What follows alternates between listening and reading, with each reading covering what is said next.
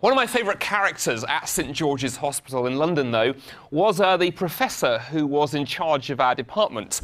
As well as being a world expert on eating disorders, he was also something of an eccentric. I know many of you on this side of the pond think that the words English and eccentric go together, like chocolate and whipped cream, but he was very much an eccentric. And as well as being an expert on his chosen field of study, he was also very fond of photography.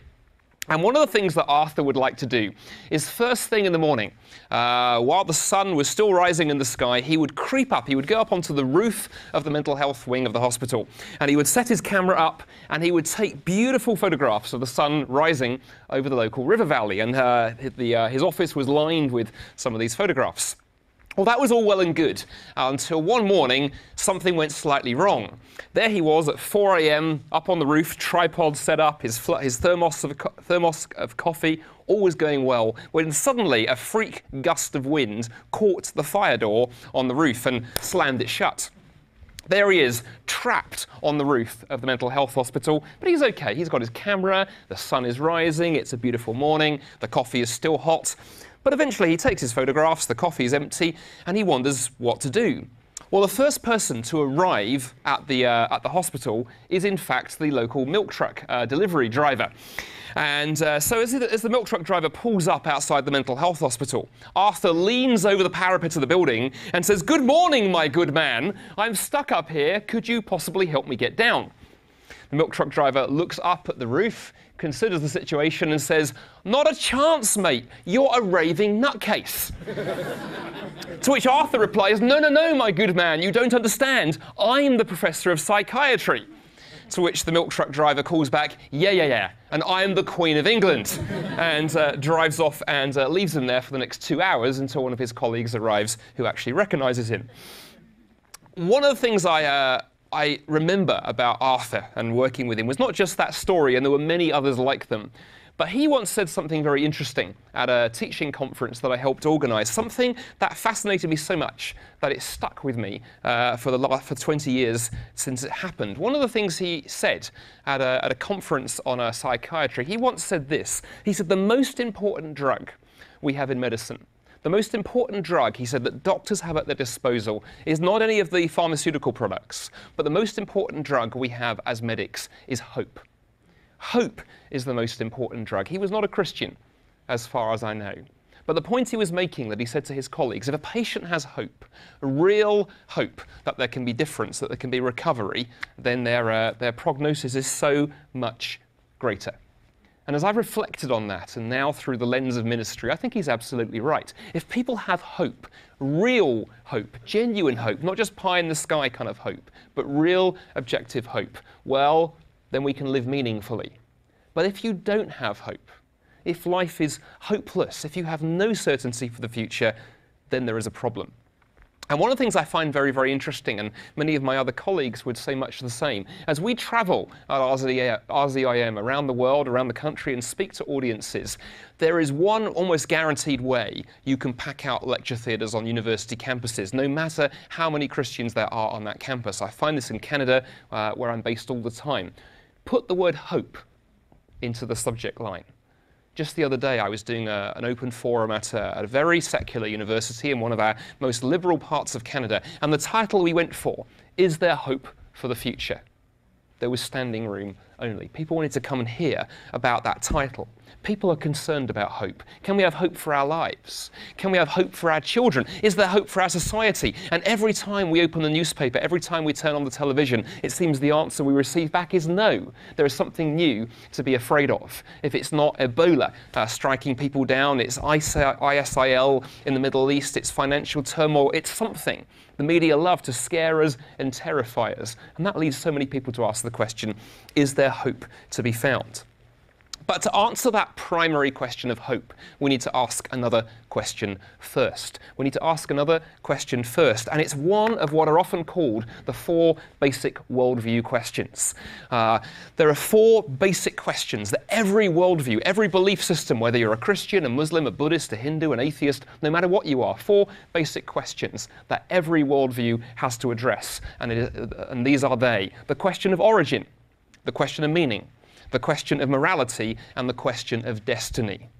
And the origins question, I think, is one of the most important questions of all. The origins question is crucial. Let me unpack what I mean by the question of origins for a few moments, and then we'll attempt to answer it together over the next short while.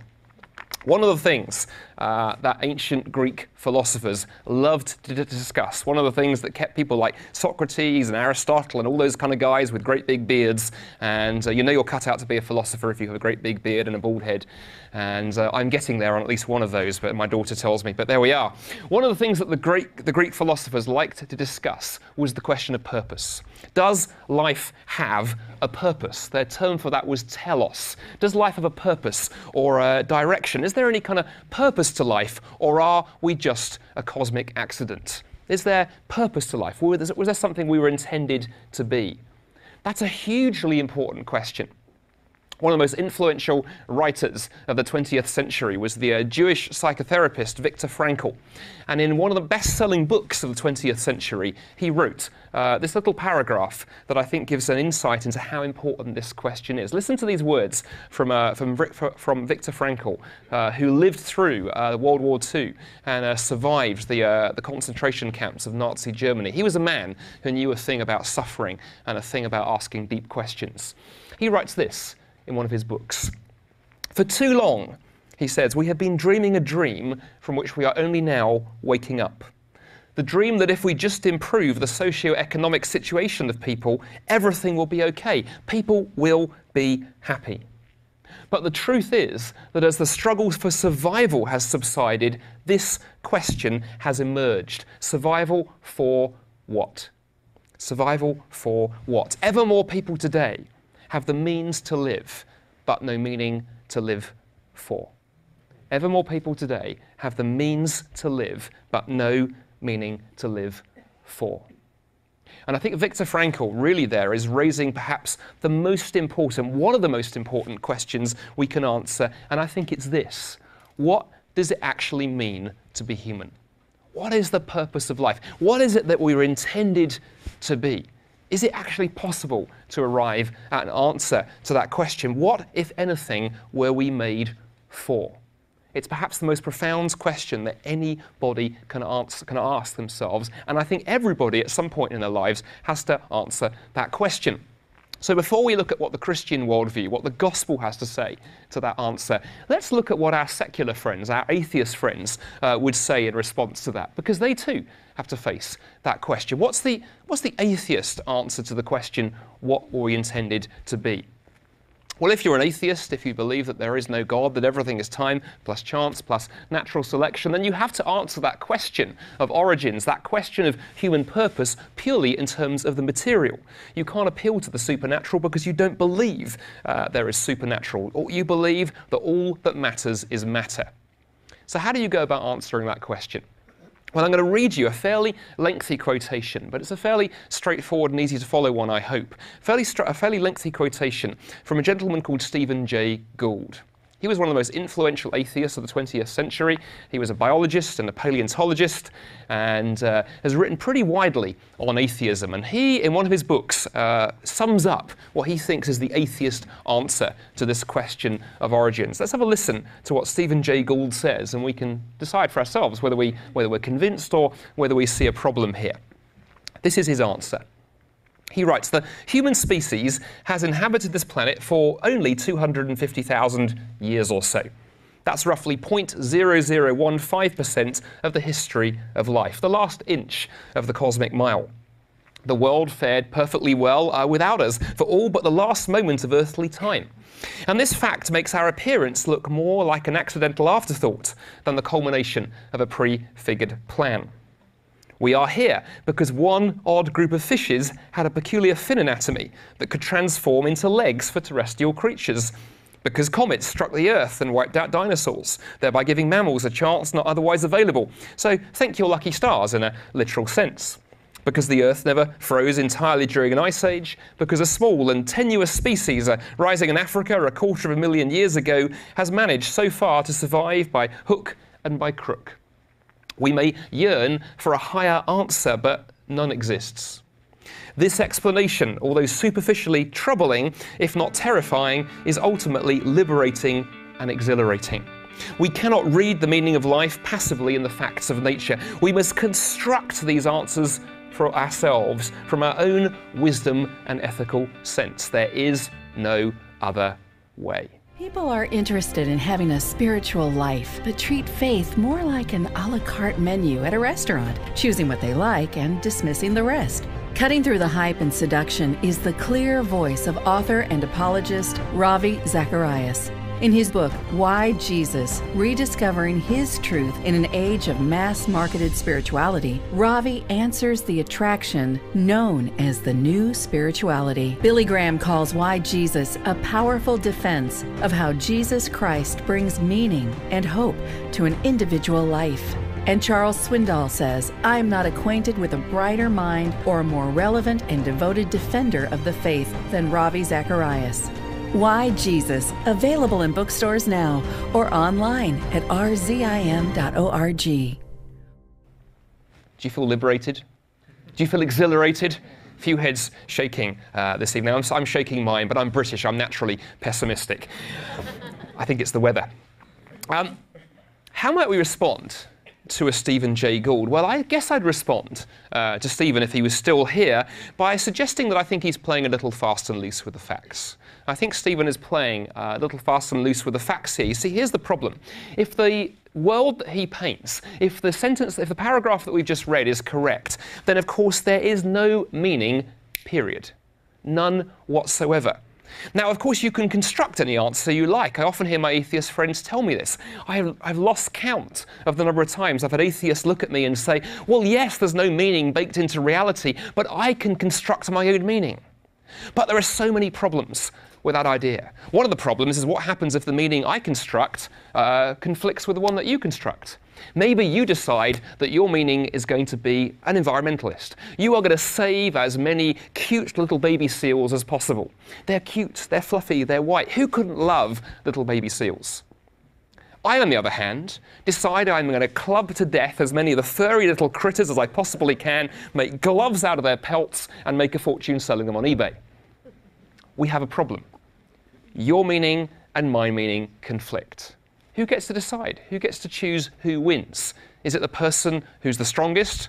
Well, in that case, I've got the club, so I think it's me. But, you know, there we are. That's one problem. The other problem, of course, if Stephen Gould is correct, then it doesn't actually matter what meaning you construct for reality. It doesn't matter what meaning you make up. The outcome is precisely the same.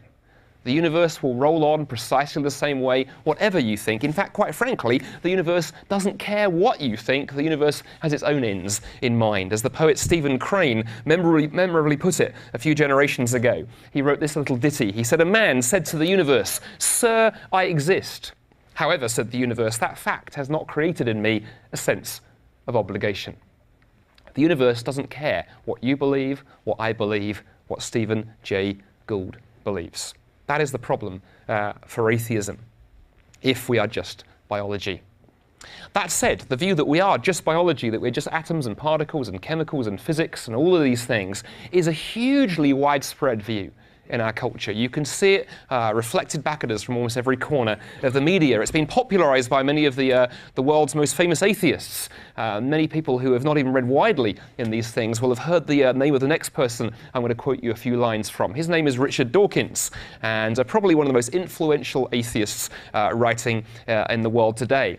He's British, I'm afraid. I have to apologise for that. There are many things that the UK has given the world, but it certainly seems that one of the things we've succeeded in exporting is a kind of angry militant atheism, and that and financial chaos. But those are the two things. But Richard Dawkins, the world's, everyone's favourite cuddly Oxford atheist, wrote this in a book of his a few years ago, summing up a similar worldview to that of Stephen Jay Gould. Just listen to what Richard says and reflect on perhaps the sort of, I think, the poignancy and the tragedy, quite frankly, behind these words for somebody who really believes them. Richard writes this. He says, "We are survival machines. We are robot vehicles blindly programmed to preserve the selfish molecules known as genes. Our genes made us. We animals exist for their preservation. We are nothing more than throwaway survival machines. The world of the selfish gene is one of savage competition, ruthless exploitation, and deceit. Sounds like the queue at Starbucks on a Monday morning, but there we are. The world of the selfish gene is one of savage competition, ruthless exploitation, and deceit. Well, that raises some profound questions. I hope as you're listening this evening or watching this at home, there are some questions going through your mind as you heard those words. Let me give you an example of, I think, how this generates questions. A few months ago, back in January, I was involved in a dialogue event in a major Canadian university up in Winnipeg. Those of you who know anything about Canada will know that the one place you don't want to be in Canada in January is Winnipeg, minus 50 degrees. It's slightly cold outside, my hosts said to me. Minus 50? Slightly cold? What are they on up there? But there we are. Winnipeg in January. I was involved in a dialogue event with the head of the local atheist society. And there we sat on the stage in the town theatre wearing our puffer jackets and trying desperately to keep out the cold. And during the dialogue that we had in this packed auditorium, I turned to the head of the local atheist society and I quoted her the passage I've just read you from Richard Dawkins. And I said to her, this is what one of the world's leading atheists, Richard Dawkins, has written. I said, do you agree with what he said?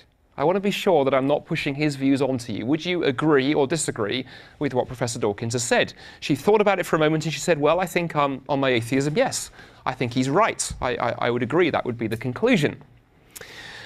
She accepted, too, that if her atheism is correct, and the sole purpose of our existence, if such a thing can be said to exist, if there is such a thing as a purpose of human existence, the only reason that human beings exist is to reproduce our DNA, is to continue the human race. And I guess when it's minus 50 outside in Winnipeg in winter, there's not much else to do than stay inside and further the human race, but that's a conversation for another time. Here was the interesting thing. I had discovered from our talk in the green room before the event began that she was a nurse. She was a nurse working for a local hospital. So I thought I would be a little bit mischievous. Being British, I specialise in being mischievous and then running away very quickly. This was the question I asked her. I said, I understand you told me earlier in the green room that you're a nurse. Not the audience won't have heard this, but is that correct? And she said, yes, I am. Why do you ask? I said, well, tell me, given what you've just said, that the sole purpose of human life is reproduction, I imagine a young woman comes to you and she's pregnant and she's considering an abortion. Presumably, you would advise against it on the basis that the only reason that she's been thrown up by the tides of time, chance and chaos is to reproduce. And therefore, if she has an abortion, she has subverted the very reason that she's here. Surely she should be having as many fit and healthy descendants as possible. Given your belief that reproduction is the only purpose to life, I'm assuming you are anti-abortion. There was a very, very long silence as she processed that one, and she tried to change the subject and said that's not really relevant and tried to take it somewhere else. I say that not to try and make that person look foolish or to make it sound like as Christians we can score points and be clever, but simply to try and illustrate that ideas have consequences. And it's one thing to say that you believe something. It's another thing when someone pushes you on it and says, well, OK, you believe X, therefore Y and Z. Are you willing to follow through on the consequences of that? You see, I deeply appreciate the honesty and the candour of a Richard Dawkins or a Stephen Jay Gould. I appreciate their willingness to really tell us what they think they believe. I just don't think that they can live it out. Because I think if you take the words of Richard Dawkins, if you take the words of Stephen Gould, if you genuinely believe that human beings are just matter, then it leads to some terrifyingly nihilistic consequences. And in particular, it would lead you to conclude there is no such thing as dignity, and there is certainly no such thing as hope. So if that's the atheist worldview, if that's the alternative, what about the Christian worldview? What does Christianity have to say to this question? If naturalistic atheism cannot answer the origins question, cannot answer the question of what does it mean to be human, what do we say as Christians? What's our answer to that? Well, I think one of the places we can go in Scripture to begin to answer that question is, in fact, to the very first page of the very first chapter of the very first book of the Bible. In Genesis chapter 1, in verses 26 and 27, there is a little statement that it is so easy to miss. One of the things I love about Scripture, there are statements embedded into it that you can read over and you think, that sounds interesting, but I'm going to push on because I want to get to the story of Noah and the flood and the exciting action stuff. But you miss stuff that is hugely profound and has huge consequences. Let me read to you these two little verses in Genesis 1 that I think contain the seed of an answer, a Christian answer to the question, what does it mean to be human? This is what we read. Then God said, let us make man in our image, in our likeness, and let them rule over the fish of the sea and the birds of the air, over the livestock, over all the earth, and over all the creatures that move along the ground. So God created man in his image. In the image of God, he created him, male and female. He created them. Perhaps you know those words well. I think they're hugely significant for this reason. This biblical teaching is foundational for this reason, because it gives us a foundation for three things. There are three things that are essential to answer the question, what does it mean to be human, that are grounded, that are founded, that stand on this verse. These two little verses in Genesis 1, 26 and 27, give us a foundation for human value, they give us a foundation for human dignity, and they give us a foundation for ethics. I'd like to say a brief word about those three, about value, ethics, and dignity. Ideas, principles without which we cannot live or exist as human beings. Let's talk about the first one very quickly. Genesis 1, verses 26 and 27 gives us a foundation for human value. The idea that you are made in the image of God offers a solid, unshakable, subjective, objective, ontological foundation for your value as a human being. You see, according to the Christian worldview, according to the biblical teaching, it doesn't matter what your race is. I mean, British is preferred, but it doesn't really matter. It doesn't matter what your race is, or your gender, or doesn't matter how much you earn. Doesn't matter how tall you are, thankfully. They say that you stand on the shoulders of giants. It's great coming after a speaker who is over 6 foot. It doesn't matter what you earn. It doesn't matter what you've done. It doesn't matter what your record is. None of those things matter, because according to the Bible, each and every one of you watching this are made in the image of God, and because you are made in the image of God, you have value. Now, that may sound very obvious, but we've already heard from our atheist friends who would take that idea away. Well, if you take that idea away, of course, you have to ask the question, how do you value a human life? If we are not valuable because we are made in God's image, how precisely do we value a human life? How do you value the person sitting next to you this evening? Well, perhaps if I were a chemist, I might determine your value by dragging you away to my secret laboratory buried deep in the caves beneath Chicago, and I could boil your body down to its chemical constituents. I could take those chemicals, I could advertise them on eBay, and I could see what somebody would be prepared to bid for them. And I could assess your value that way. If I were a psychologist, perhaps I will assess your value by how smart you are. We'll measure your IQ, and for every IQ point, we'll assign perhaps $10, and we'll assign your value that way. Perhaps if I'm an anthropologist, I might look at how the community value you. I might count the number of friends you have on Facebook, divide it by 100 to work out your real number of friends, and yes, you know how it works, and work it out that way. Or perhaps I might look at what you produce and assess and determine your value that way. We might look at your salary and say that's how we determine human value. But here's the thing.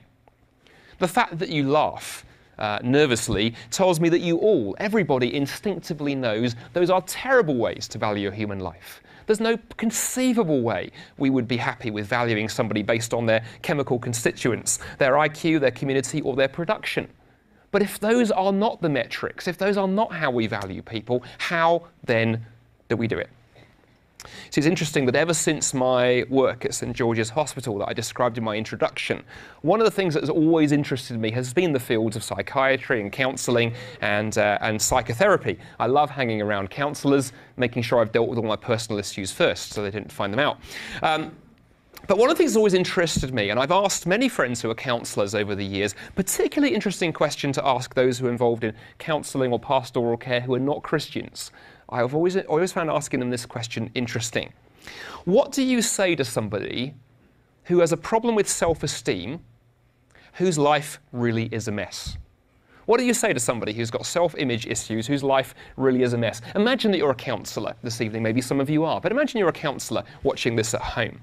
And someone comes to you and says, "Doctor, I feel worthless. I feel utterly worthless." And you ask them to describe their life. And as they witter on, unpacking their miserable existence to you, you sit there and you think, well, I can see why they think this. Quite frankly, they've no job. They've no prospects. They've got no money. Their wife has just left them and taken the kids with them. Or if they're teenagers, has left the kids with them.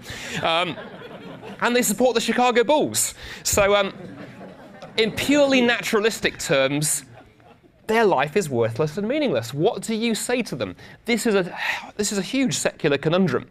Because if you're going to be honest, you want to look them in the eye and go, do you know what? Your life is pretty meaningless. Why don't you find a high bridge and just throw yourself off it? But you can't say that because you'd be dismissed from your profession. So you look at them and you smile and you say, no, you really do have meaning there. There really is hope. All the while hoping that the fact that you're a doctor and wearing a white coat convinces them that what you're saying is true. But it's not. It's a lie, isn't it? It's a lie. It's interesting that as a young man, I remember personally struggling with issues of confidence and self-image. I even went through a period of depression when I was in my early 20s. And I tried one or two therapies that quite frankly didn't help.